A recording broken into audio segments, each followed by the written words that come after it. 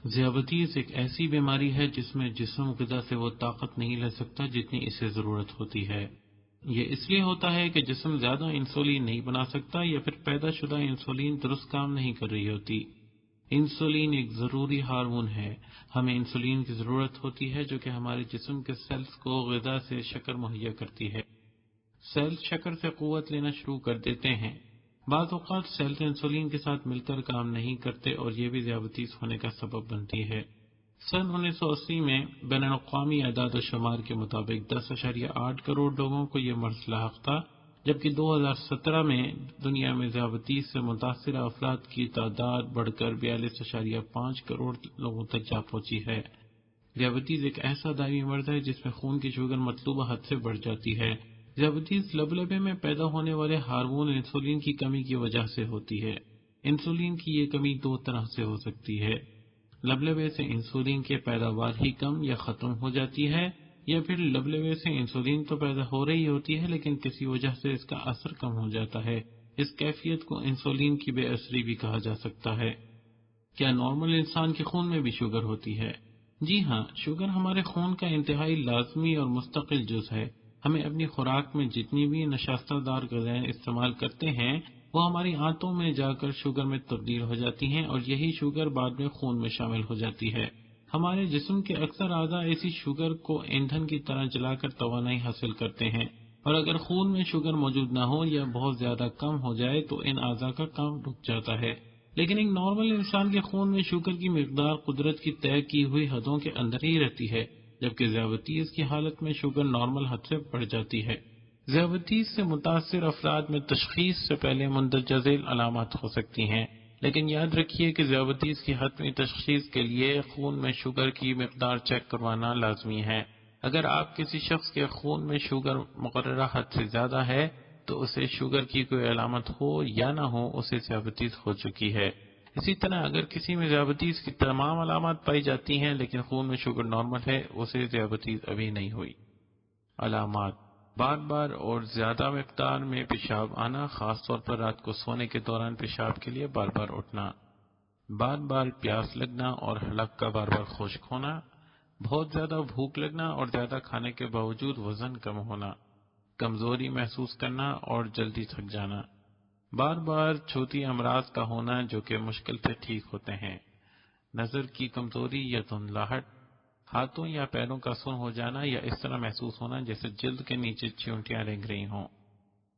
ذیابطیس کی تشخیص کے لیے خون میں شوگر کی مقدار: بلڈ شوگر چیک کروانے کے بعد مندرجہ ذیل چارٹ کی مدد سے آپ یہ معلوم کر سکتے ہیں کہ کیا آپ ذیابطیس کے مریض ہیں، نہیں ہیں، یا پھر ماقبل ذیابطیس کا شکار ہو چکے ہیں۔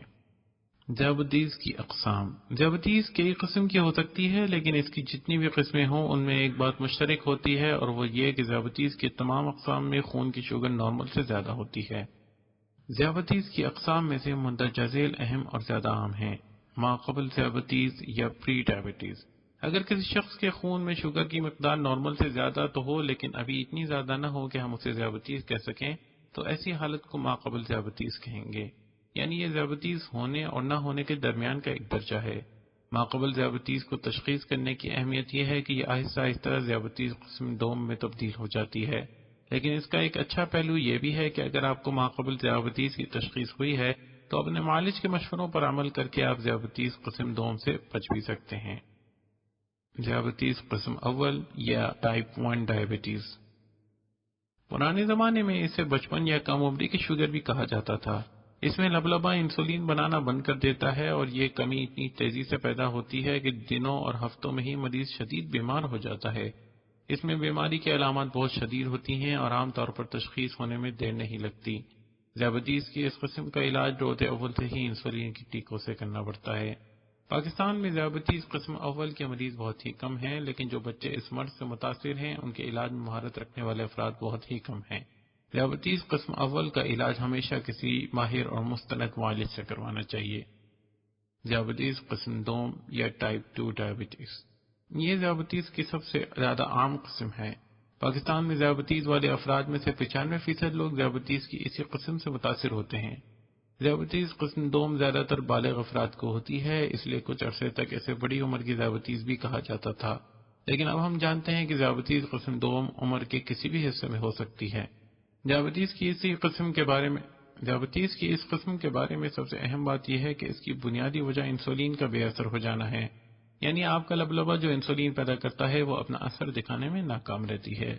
انسولین کی اس بے اثری پر قابو پانے کے لیے لبلبہ مزید انسولین پیدا کرتا ہے اور اسی طرح وہ اپنی ہمت سے زیادہ کام کرتے کرتے آخرکار تھک جاتا ہے، اور انسولین کی بے اثری کے ساتھ ساتھ انسولین کی کمی بھی واقع ہو جاتی ہے اور خون میں شوگر بڑھنے لگتی ہے۔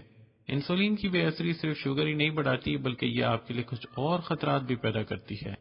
حمل کی ذیابطیس یا گیسٹیشنل ڈائبٹیز۔ اگر کسی ایسی عورت کو حمل کے دوران ذیابطیس ہو جائے جسے حمل سے پہلے ذیابطیس نہیں تھی تو اسے حمل کی ذیابطیس یا گیسٹیشنل ڈائبٹیز کہا جاتا ہے۔ حمل کی ذیابطیس عام طور پر 7ویں مہینے کے آس پاس ظاہر ہوتی ہے۔ یہاں یہ بات یاد رکھنے کی ہے کہ جس عورت کو حمل سے پہلے ہی ذیابطیس کی تشخیص ہو چکی ہو اس کے مرض کو حمل کی ذیابطیس نہیں کہا جائے گا۔ ان دونوں صورتوں میں کچھ بنیادی فرق ہوتے ہیں۔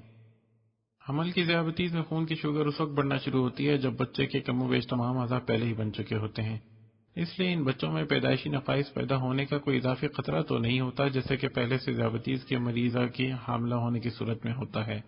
لیکن اگر احتیاط نہ برتی جائے تو بچے کے نقصان پہنچنے کا بہرحال خطرہ رہتا ہے۔ دوران حمل اگر آپ کو مندرجہ ذیل علامات محسوس ہوں تو ممکن ہے کہ آپ حمل کی ذیابطیس کا شکار ہو چکی ہیں۔